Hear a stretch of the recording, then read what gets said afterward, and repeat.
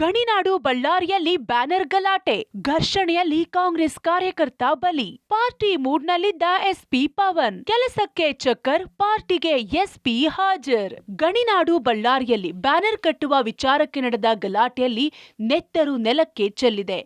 ಈವರೆಗೂ ಜಿಲ್ಲೆ ಬೂದಿ ಮುಚ್ಚಿದ ಕೆಂಡದಂತಿದೆ. ಇನ್ನು ಬ್ಯಾನರ್ ಬ್ಯಾಟಲ್ನಲ್ಲಿ ಕಾಂಗ್ರೆಸ್ ಹಾಗೂ ಬಿಜೆಪಿ ಕಾರ್ಯಕರ್ತರು ಕೈಕೈ ಮಿಲಾಯಿಸಿ ಪರಿಸ್ಥಿತಿ ನಿಯಂತ್ರಣಕ್ಕೆ ಸಿಗದಂತಾಗಿತ್ತು. ಇದೇ ವೇಳೆ ಗನ್ನಿಂದ ಫೈರ್ ಆದ ಬುಲೆಟ್ ಕಾಂಗ್ರೆಸ್ ಕಾರ್ಯಕರ್ತ ರಾಜಶೇಖರ್ನ ಬಲಿ ಪಡೆದಿದೆ. ಇಷ್ಟೆಲ್ಲಾ ಘರ್ಷಣೆ ಆಗ್ತಿದ್ರು ಜಿಲ್ಲಾ ಪೊಲೀಸ್ ವರಿಷ್ಠ ಅಧಿಕಾರಿ ಪವನ್ ನೆಜ್ಜೂರ್ ಪಾರ್ಟಿ ಮೂಡ್ನಲ್ಲಿದ್ರು ಎನ್ನಲಾಗಿದೆ. ಮೊನ್ನೆ ಅಷ್ಟೇ ಬಳ್ಳಾರಿ ಎಸ್ಪಿ ಆಗಿ ವರ್ಗಾವಣೆ ಮಾಡಲಾಗಿತ್ತು. ಅಧಿಕಾರ ಸ್ವೀಕರಿಸಿದ ಕೆಲವೇ ಗಂಟೆಗಳಲ್ಲಿ ಗಲಭೆ ಗದ್ದಲವಾಗಿದೆ. ಆದರೆ ಎಸ್ಪಿ ಮಾತ್ರ ಕರ್ತವ್ಯ ಪ್ರಜ್ಞೆ ಮರೆತು ಮೋಜು ಮಸ್ತಿ ಮಾಡ್ತಿದ್ರು ಎನ್ನಲಾಗಿದೆ. ಗಲಾಟೆ ನಡೆಯುತ್ತಿದ್ರು ಸ್ಥಳಕ್ಕೆ ಭೇಟಿ ಕೊಟ್ಟಿರಲಿಲ್ಲ. ಜೊತೆಗೆ ಬಳ್ಳಾರಿ ರೇಂಜ್ ಡಿಐಜಿಗೆ ಮಾಹಿತಿ ಕೊಟ್ಟಿರಲಿಲ್ಲ. ಅಷ್ಟೇ ಅಲ್ಲದೆ ಡಿಜಿ ಮತ್ತು ಐಜಿ ಸಲೀಂ ಫೋನ್ ಮಾಡಿದ್ರು ಪಿಕ್ ಮಾಡಿರಲಿಲ್ಲ ಎನ್ನಲಾಗಿದೆ. ಪರಿಸ್ಥಿತಿ ಹತೋಟಿಗೆ ಬಾರದ ಹಿನ್ನೆಲೆ ಚಿತ್ರದುರ್ಗದ ಎಸ್ಪಿಗೆ ಸ್ಥಳಕ್ಕೆ ಹೋಗಲು ಸೂಚನೆ ನೀಡಲಾಯಿತು ಎಂದು ಬಳ್ಳಾರಿ ರೇಂಜ್ ಡಿಐಜಿ ವರ್ತಿಕಾ ಕಟಿಯಾರ್ ವರದಿಯಲ್ಲಿ ಉಲ್ಲೇಖಿಸಿದ್ದಾರೆ. ಇದರ ಮೇರೆಗೆ ಪವನ್ ನಜ್ಜೂರ್ ಸಸ್ಪೆಂಡ್ ಮಾಡಲಾಗಿದೆ. ಎಲ್ಲ ಕಂಟ್ರೋಲ್ ಅಲ್ಲಿ ಇದೆ, ಎಲ್ಲ ಪೀಸ್ಫುಲ್ ಇದೆ, ಎಲ್ಲ ಕಂಟ್ರೋಲ್ ಅಲ್ಲಿ ಇದೆ.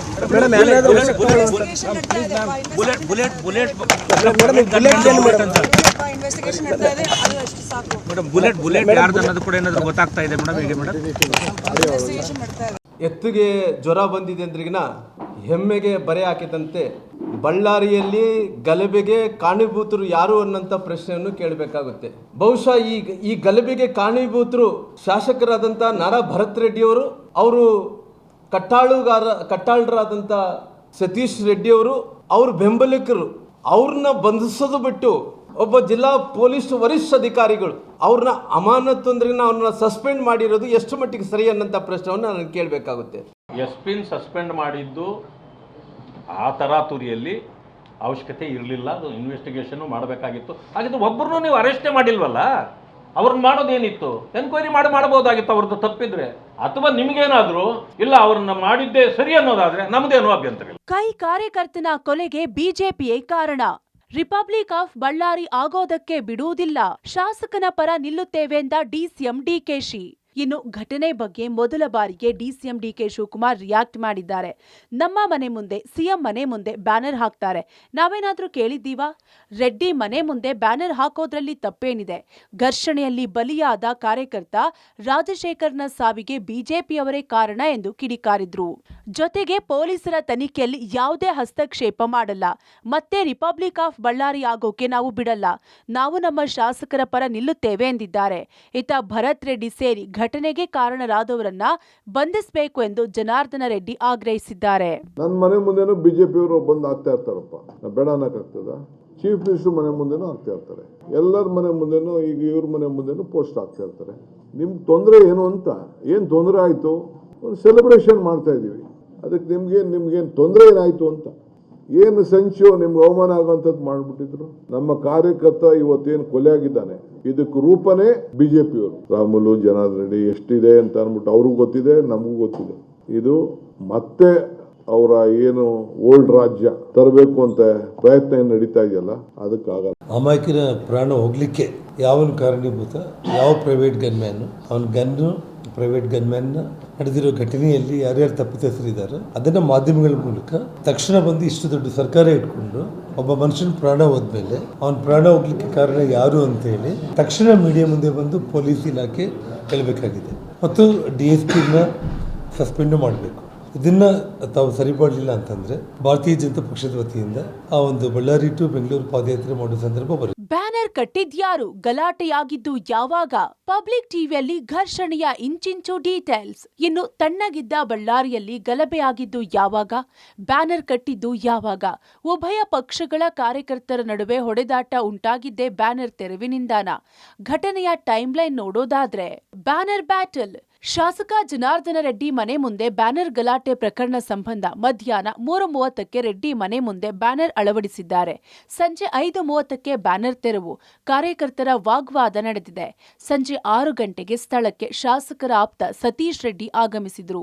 ಇತ್ತ ಸತೀಶ್ ರೆಡ್ಡಿ ಬಂದಿದ್ರಿಂದ ಸ್ಥಳಕ್ಕೆ ಶ್ರೀರಾಮುಲು ಆಗಮಿಸಿದ್ರು. ಈ ವೇಳೆ ನೂಕಾಟ ತಳ್ಳಾಟ ಆಗಿದೆ. ಆಗ ಸತೀಶ್ ರೆಡ್ಡಿ ಖಾಸಗಿ ಗನ್ಮ್ಯಾನ್ನಿಂದ ಫೈರಿಂಗ್ ಮಾಡಿದ್ದಾರೆ. ಕೂಡಲೇ ಸ್ಥಳಕ್ಕೆ ಬ್ರೂಸ್ಪೇಟೆ ಪೊಲೀಸರು ಆಗಮಿಸಿದ್ರು. ಬಳಿಕ ನಿಧಾನವಾಗಿ ಉಭಯ ಪಕ್ಷದ ಕಾರ್ಯಕರ್ತರ ಜಮಾವಣೆಯಾಗಿದ್ದಾರೆ. ನಂತರ 7 ಗಂಟೆಗೆ ಅಡಿಷನಲ್ ಎಸ್ಪಿ ರವಿಕುಮಾರ್ ಹಾಗೂ ಡಿವೈಎಸ್ಪಿ ಸಿಪಿಐ ಭೇಟಿ ನೀಡಿ ಪರಿಸ್ಥಿತಿ ಅವಲೋಕಿಸಿದ್ರು. ಅದಾದ ನಂತರ 7:30ಕ್ಕೆ ಪರಿಸ್ಥಿತಿ ವಿಕೋಪಕ್ಕೆ ಪೊಲೀಸರು ಲಾಠಿ ಚಾರ್ಜ್ ಮಾಡಿದ್ರು. ಅಪಾರ ಸಂಖ್ಯೆಯಲ್ಲಿದ್ದ ಕಾರ್ಯಕರ್ತರು ಎದ್ನೋ ಬಿದ್ನೋ ಅಂತ ಓಡಿ ಹೋಗಿದ್ದಾರೆ. ಇದಾದ ನಂತರ 8ರಿಂದ 8:15ರ ಸಮಯದಲ್ಲಿ ಮತ್ತೊಮ್ಮೆ ಫೈರಿಂಗ್ ಆಗಿದೆ. 8:30ಕ್ಕೆ ಐಜಿ ಹಾಗೂ ಎಸ್ಪಿ ಸ್ಥಳಕ್ಕೆ ಬಂದಿದ್ದಾರೆ. ಆ ಬಳಿಕ ಮತ್ತೆ ಕಲ್ಲು ತೂರಾಟ ಮಾಡಿದ್ದಾರೆ. ಪರಿಸ್ಥಿತಿ ಹತೋಟಿಗೆ ತರಲು ಪೊಲೀಸರು ಅಶ್ರುವಾಯು ಪ್ರಯೋಗಿಸಿದ್ದಾರೆ. ಕೈ ಕಾರ್ಯಕರ್ತನ ದೇಹ ಹೊಕ್ಕ ಗುಂಡು ಯಾರದ್ದು? ಮಾಜಿ ಸಚಿವ ಜನಾರ್ದನ ರೆಡ್ಡಿ ಕಡೆಯವರದ್ದ? ಶಾಸಕ ಭರತ್ ರೆಡ್ಡಿ ಕಡೆಯವರದ್ದ? ಇನ್ನು ಪ್ರಕರಣ ತನಿಖೆಗಿಳಿದಿರುವ ಪೊಲೀಸರು ಎಲ್ಲ ಆಯಾಮಗಳಲ್ಲೂ ಮಾಹಿತಿಗಳನ್ನ ಕಲೆ ಹಾಕ್ತಿದ್ದಾರೆ. ಪ್ರಮುಖವಾಗಿ ಬ್ಯಾನರ್ ಘರ್ಷಣೆಯಲ್ಲಿ ಕೈ ಕಾರ್ಯಕರ್ತ ರಾಜಶೇಖರ್ ಬಲಿಯಾಗಿದ್ದು ಹೇಗೆ, ಗುಂಡು ಹಾರಿಸಿದ್ಯಾರು ಎಂಬುದರ ಬಗ್ಗೆ ತನಿಖೆ ನಡೆಸುತ್ತಿದ್ದಾರೆ. ಇನ್ನೊಂದು ಸ್ಫೋಟಕ ವಿಚಾರವಂದ್ರೆ ಮೃತ ರಾಜಶೇಖರ್ ದೇಹ ಹೊಕ್ಕಿದ್ದು 12mm ಸಿಂಗಲ್ ಬೋರ್ ಗುಂಡು ಎಂಬುದು ಮರಣೋತ್ತರ ಪರೀಕ್ಷೆಯಲ್ಲಿ ಬಯಲಾಗಿದೆ. ಒಂದಲ್ಲ ಎರಡಲ್ಲ, ಬರೋಬ್ಬರಿ 31 ಪೆಲೆಟ್ಸ್ಗಳು ರಾಜಶೇಖರ್ನ ಮೃತದೇಹ ಹೊಕ್ಕಿದೆ. ಇದರಿಂದ ಶ್ವಾಸಕೋಶ, ಲಿವರ್ ಡ್ಯಾಮೇಜ್ ಆಗಿ ಸ್ಥಳದಲ್ಲೇ ಆತ ಸಾವನ್ನಪ್ಪಿದ್ದ.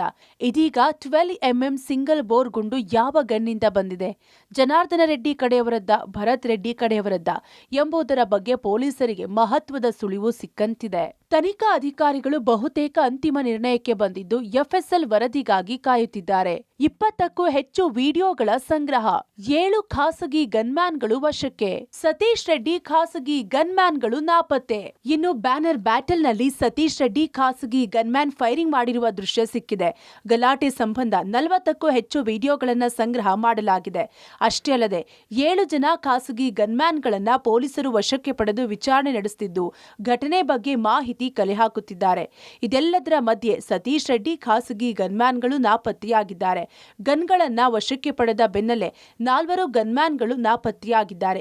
ಈವರೆಗೂ 40ಕ್ಕೂ ಹೆಚ್ಚು ಮಂದಿಯನ್ನ ವಿಚಾರಣೆ ನಡೆಸಿ 13 ಮಂದಿ ಮೇಲೆ ಕಾನೂನು ರೀತಿಯ ಕ್ರಮ ಜರುಗಿಸಲು ಪೊಲೀಸರು ಸಿದ್ಧತೆ ನಡೆಸಿದ್ದಾರೆ.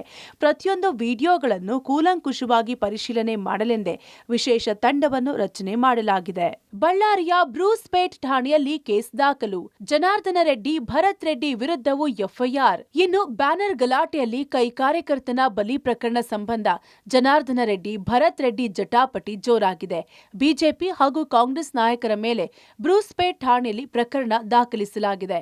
ಜನಾರ್ದನ ರೆಡ್ಡಿ ವಿರುದ್ಧ 4 ಹಾಗೂ ಭರತ್ ರೆಡ್ಡಿ ವಿರುದ್ಧ 2 ಕೇಸ್ ದಾಖಲಿಸಲಾಗಿದೆ. ಇನ್ನು ಗಲಭೆ ಸ್ಥಳದ ಫಿಸಿಕಲ್ ಸಾಕ್ಷ್ಯ, ಡಿಜಿಟಲ್ ಸಾಕ್ಷ್ಯ, ಐ ವಿಟ್ನೆಸ್ ತನಿಖೆ ಮಾಡಲಾಗ್ತಿದ್ದು ಸಿಸಿಟಿವಿ, ವೈರಲ್ ವಿಡಿಯೋ ಸಾಕ್ಷ್ಯ ಸಂಗ್ರಹಕ್ಕೆ ಪೊಲೀಸರು ಮುಂದಾಗಿದ್ದಾರೆ. ಇಷ್ಟೆಲ್ಲ ಬೆಳವಣಿಗೆ ಮಧ್ಯೆ ಬಳ್ಳಾರಿ ಜಿಲ್ಲಾ ಉಸ್ತುವಾರಿ ಜಮೀರ್ 2 ದಿನಗಳ ಕಾಲ ಜಿಲ್ಲೆಯಲ್ಲೇ ವಾಸ್ತವ್ಯ ಹೂಡಲಿದ್ದಾರೆ.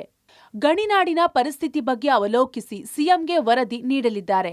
ಇತ್ತ ಕೆಪಿಸಿಸಿ ಅಧ್ಯಕ್ಷ ಡಿಕೆಶಿ ರಚಿಸಿದ ಕಾಂಗ್ರೆಸ್ ನಿಯೋಗ ಕೂಡ ಭೇಟಿ ನೀಡಿ ಮಾಹಿತಿ ಸಂಗ್ರಹಕ್ಕೆ ಮುಂದಾಗಿದೆ.